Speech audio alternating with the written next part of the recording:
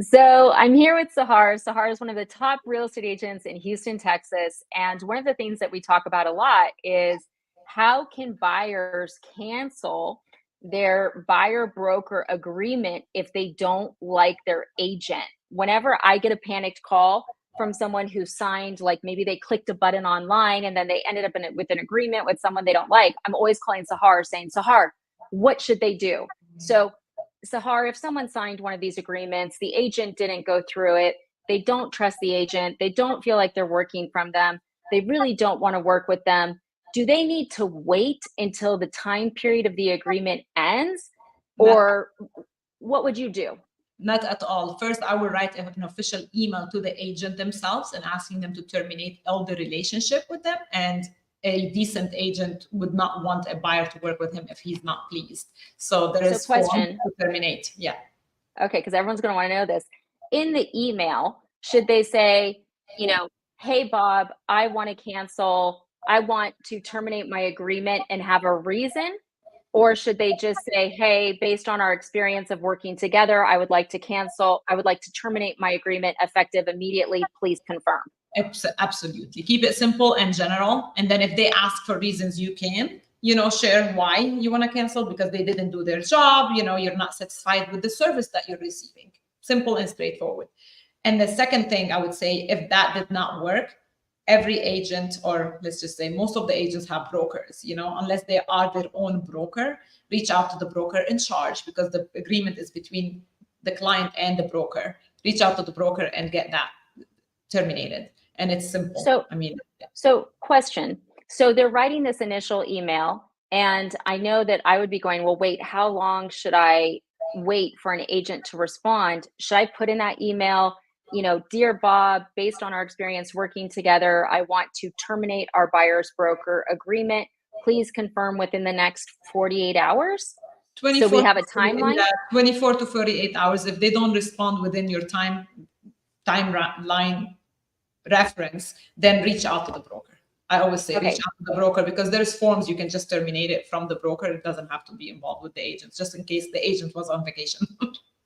Okay, so the buyer could then take that email that they sent to the agent, forward it to the broker. They could figure out who the broker is by going online and looking at, the name of the firm and like you just Google broker and then the name of the firm in this city, and they could email it to them. Now, what if the broker doesn't respond? Should they call them? Should they go to the state? What would be your next step if this person's still getting ghosted? So the person, if they're getting ghosted, most of the time you're not reaching to the appropriate people because brokerage, a decent brokerage, has people respond. Maybe you're just sending it to the wrong email address, but maximum, if they don't, yes, you can reach out to the stage. But try all venues. Usually in your buyer broker agreement or anything you sign, you're going to see the contact for the broker himself, phone numbers, emails. Make sure you review those. When we are signing anything, we need to read those documents. We need to read, in details, what are the terms of that contract. And the same thing at the end, if you're not happy, you go back to that same broker agreement and you'll see the broker information, contact them and make sure you get in touch on a phone call if you can't go in person or the email you didn't see a response.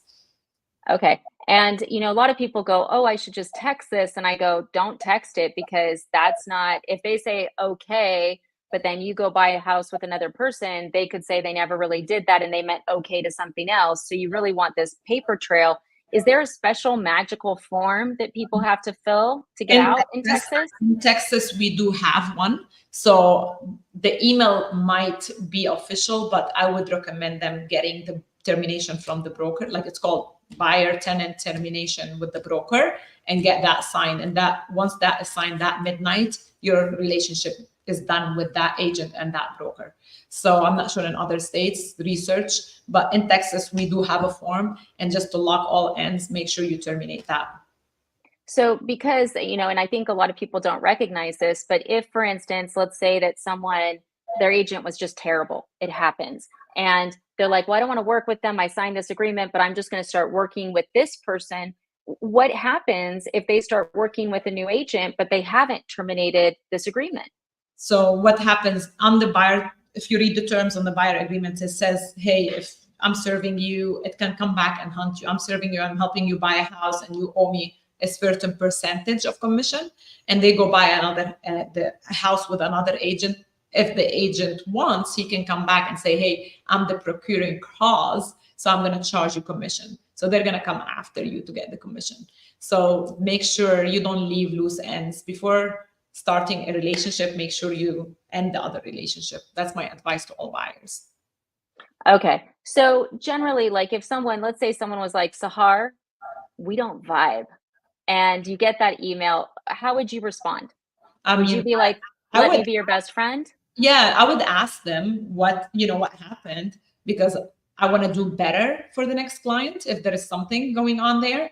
But at the end of the day, I don't want to work with anybody that doesn't want to work with me. That's just me. I want to work with people that really value my expertise and value what I bring to the table. So if they're not happy for whatever reason, I wish them the best of luck on their journey. And I'll tell them, if anything changes, I'll be here for you. There is no hurt feelings. And I think that's a great way. And I think what I see more of is I'll see truly terrible agents where they're like, you can't cancel this. It's impossible. You're going to have to wait. So I think it's important for buyers to know, like, hey, that's not accurate. But of course, make sure you're reading the terms of these agreements, because you and I were just talking about how some agents have started putting in a termination fee.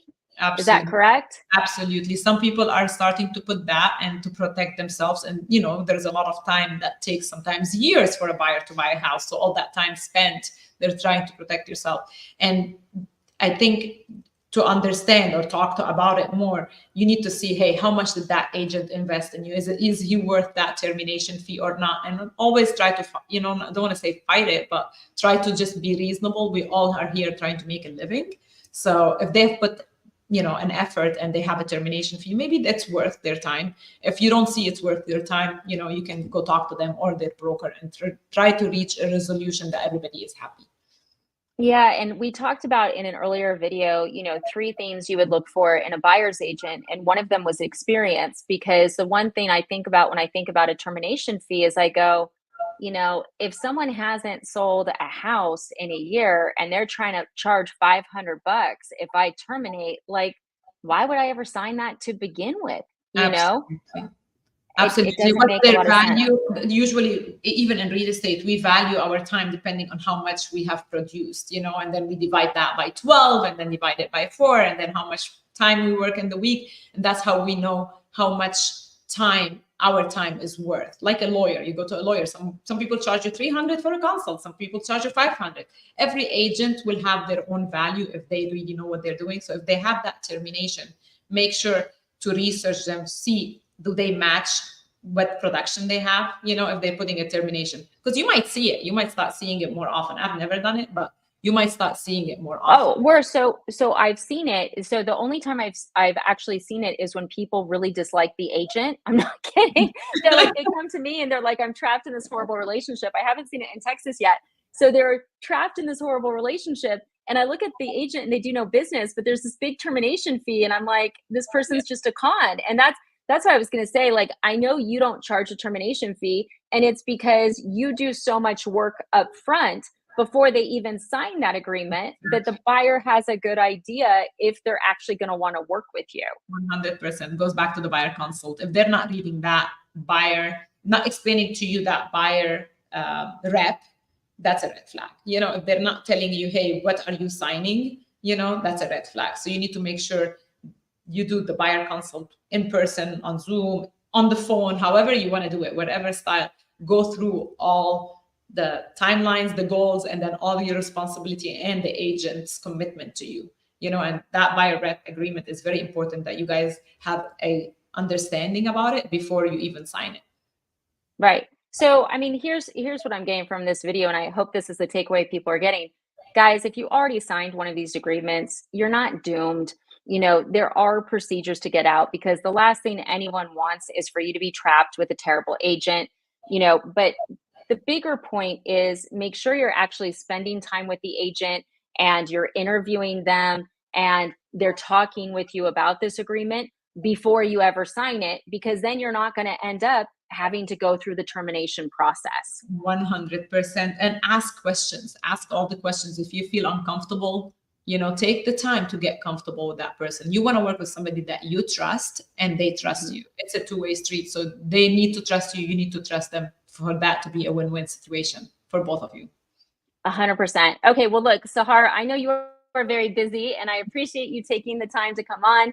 Thank you for explaining that, because I'm getting the calls where people are feeling trapped. So I'm glad you were able to offer them some hope. So appreciate you always. People, Sahar is one of the top real estate agents in Houston. Reach out to her. She can really help you get home. Thank you, Sahar. You're welcome.